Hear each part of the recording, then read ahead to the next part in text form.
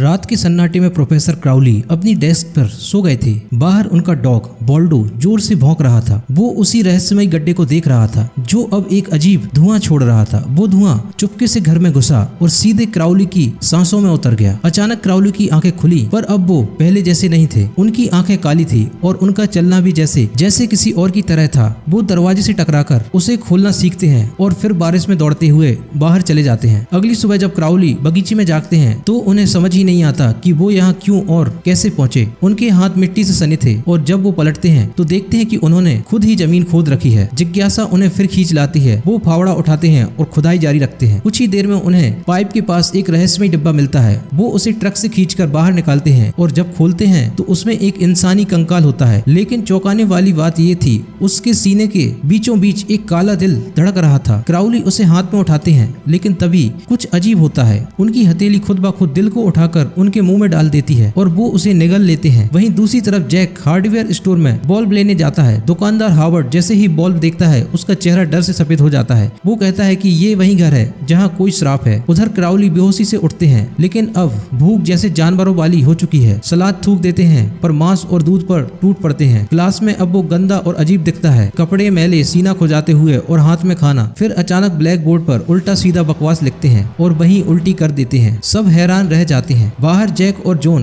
के बीच झगड़ा होता है। गुस्से में जैक उसका गला पकड़ लेता है और ईव नाराज होकर कार में उसे डांटती रहती है। उधर क्राउली जब घर लौटते हैं तो उनके पेट के अंदर कुछ हिलने लगता है और फिर उनकी शर्ट के नीचे से एक टेंटिकल निकलता है।